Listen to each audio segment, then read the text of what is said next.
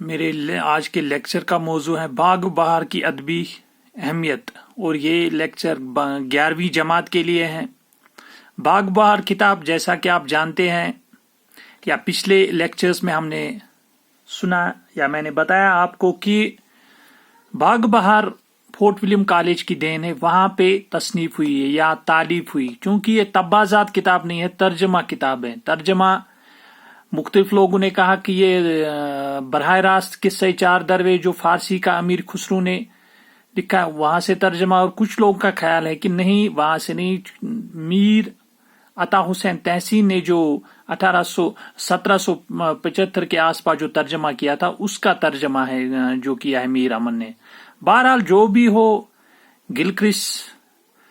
جو ہندوستانی زبان کے شعبہ تھا اس کے سربراہ تھے، اور ان کی فرمائش پر یہ ترجمہ میر امن نے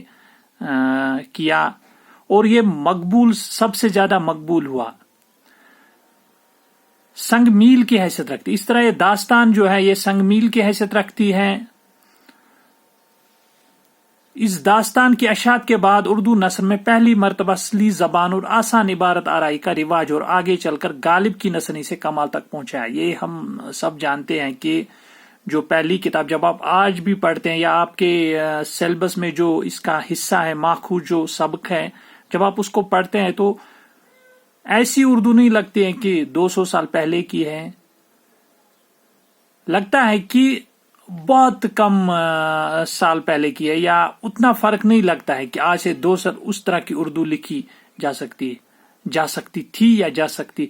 تو بہت ہی آسان زبان، سلیس زبان، اور ایسی زبان جس نے اردو نثر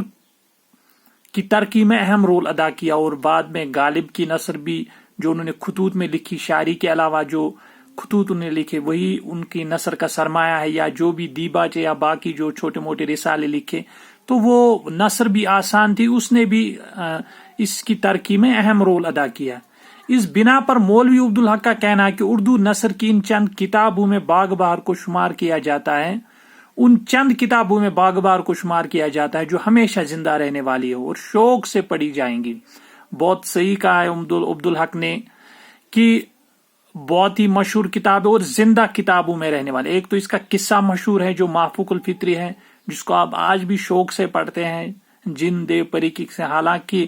ان پہ یقین ایک زمانے میں بہت ہوتا تھا، شاید ہو سکتا ہے، لیکن آج کم یقین ہوگا، لیکن پھر بھی وہ مزے سے پڑھی جائیں گی، اور جو اس کی زبان ہے اس کی وجہ سے زیادہ اس کا دوبالا جو مزہ ہوتا ہے یا حظ جو حاصل کرتے ہیں آپ پڑھنے میں، تو اس وجہ سے وہ زیادہ ہی پڑھی جاتی ہیں آج، مطلب پڑھ سکتے ہیں یا وہ ایک الگ تاثیر دے سکتے۔ بقول سید محمد، میر امن نے باغ بہار میں ایسی سحرکاری کی ہے کہ جب تک اردو زبان زندہ ہے مقبول رہے گی، اور اس کی قدر قیمت میں مرور ایام کے ساتھ کوئی کمی نہ ہوگی۔ تو یہ اور ایک نقاد ہے، انہوں نے اس کتاب کے بارے میں لکھا ہے۔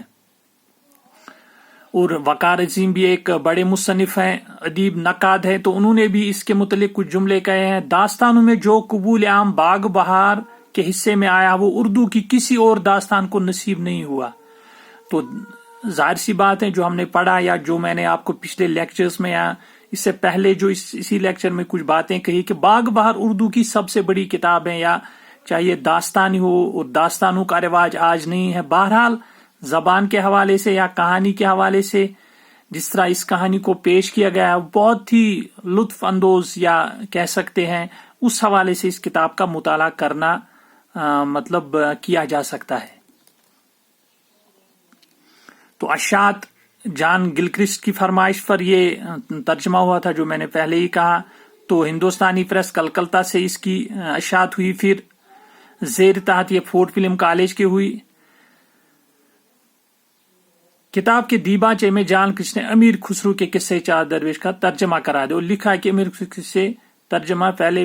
نے نو طرز مرصع کے عنوان سے کیا تھا۔ تو یہ صحیح بات ہے، لیکن کچھ لوگ اس کو نہیں مانتے، وہ کہتے ہیں کہ شاید وہ تحسین کی کتاب سے۔ بہرحال اس نے مقدمہ جو لکھا تھا گلکرسٹ نے اس میں ذکر کیا ہے، تو ایسا بھی بعد میں پھر تحقیق ہوتی ہے کہ کیا کیا لیا ہے یا کہاں سے لیا، تو اس نتیجے پر یا اس بنیاد پر وہ جو نتیجے عکس کرتے ہیں نقاد، تو وہ یا محقق تو وہ کہتے ہیں بہرحال باغ بہار کیوں مشہور ہیں, کیا خوبیاں ہیں اس میں. ایک تو کہانی ہے جو میں نے پہلے ہی کہا کہ ایک ایسی مافوق الفطری کہانی جس کو پڑھنے میں ایک الگ ہی لطف آتا ہے, جو داستان آپ نے دیکھی ہوگی الف لیلا یا باقی داستانیں جو حاتم بہت سی ٹی وی پر دکھائے جاتے ہیں, تو اس میں جو مافوق الفطری تعویذ, قالین میں اڑنا ہوا میں,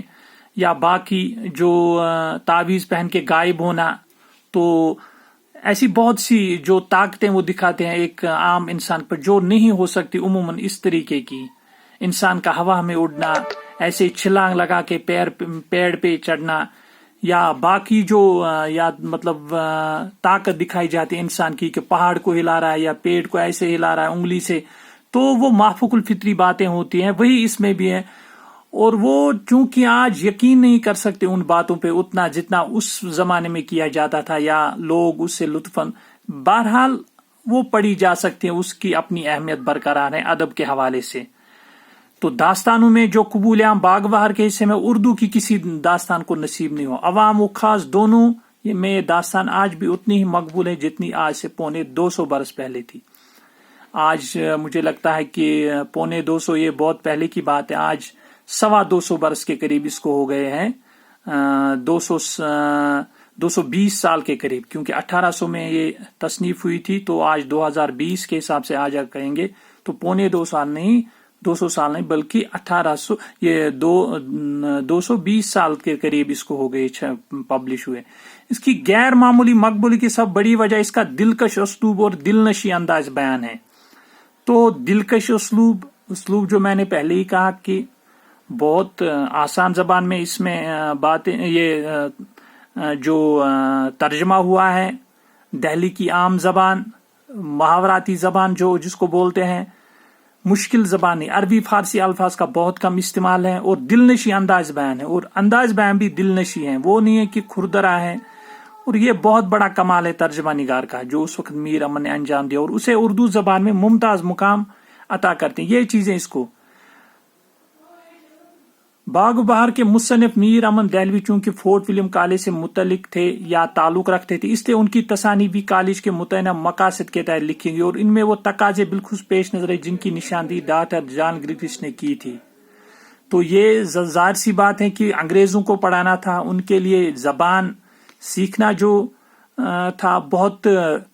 مشکل تھا. اگر وہ اس میں عربی فارسی کے زیادہ الفاظ ہوتے یا زیادہ ہی وہ اس طرح کی اکیڈمک زبان لکھتے تو مشکل تھا. یہاں پہ یہ زبان جو ہے بہت ہی آسان زبان استعمال کی گئی. تو کتاب کی زبان سادہ اور سلیس اور بول جال کی زبان روزمرہ محاورہ کا خیال رکھا جائے. تو زبان سادہ اور سلیس تھی, بول چال کی زبان جو عام لوگ بولتے ہیں دہلی, جیسے کہا تھا کہ جامعہ مسجد کی سیڑھیوں پر جو زبان بولی جاتی ہے دلی کی, تو ویسی زبان, چونکہ میر امن دلی سے آئے تھے تو دلی کی زبان ہی بولتے تھے وہ اس وقت, چونکہ اس سے مقصود انگریز واردوں کو مقامی زبان, جو میں نے ابھی کہا کہ انگریزوں کے لیے مشکل زبان سیکھنا بہت مشکل ہو سکتا تھا, تو اس لیے آسان زبان کا خیال رکھا. قصوں میں زبان پر خاص توجہ دی گئی, تو ان قصے جو بھی ترجمے یہاں پہ ہوئے عموماً یہی خیال رکھا گیا کہ آسان زبان ہو. تو باغ بہار کو من جملہ دوسری خوبیوں کے زبان بیان کے لحاظ سے بھی فورٹ ولیم کالج کی دوسری کتاب پر فوقیت حاصل ہے. تو باقی زبانوں پہ, لیکن ہر ادیب بڑا نہیں ہو سکتا, کچھ ادیب چھوٹے بھی ہوتے ہیں اور کچھ ادیب بڑے بھی ہوتے ہیں, کسی کو موضوع پہ عبور حاصل ہوتا ہے اور کسی کی زبان تھوڑا کھردری ہو, تو یہ ہر ادب میں ہوتا ہے. تو یہاں پر بھی کچھ کتابیں اچھی لکھی گئی اور کچھ بڑی, اور ان بڑی کتابوں میں یا ان بڑی کتاب میں سب سے بڑی کتاب زیادہ باغ بہار ہی ہے, جس کا جو مشہور ہوئی اپنی زبان کی وجہ سے بھی اور اپنی کہانی کی وجہ سے بھی. باغ بہار کی اس فوقیت کے پیش نظر سر سید کا یہ قول بہت مشہور ہوا کہ میر امن کا اردو نثر میں وہی مرتبہ ہے جو میر کا غزل گوئی میں ہے. یہ دراصل اشارہ ہے کہ میر نے سادہ زبان استعمال کی اپنی شاعری میں, یا ان کی زبان وہ عربی فارسی آمیز نہیں ہے. تو یہاں پر بھی اسی طرف اشارہ ہے کہ صاف زبان ہے یا سیدھی زبان استعمال ہوئی ہے. بہرحال باغ بہار کے بارے میں اور بھی باتیں ہوں گی، یا اچھی کیا خوبیاں اس کے جو اس کو زندہ رکھنے میں جن کا کردار ہے، ان پر انشاءاللہ آنے والے لیکچر میں بات ہوگی. شکریہ.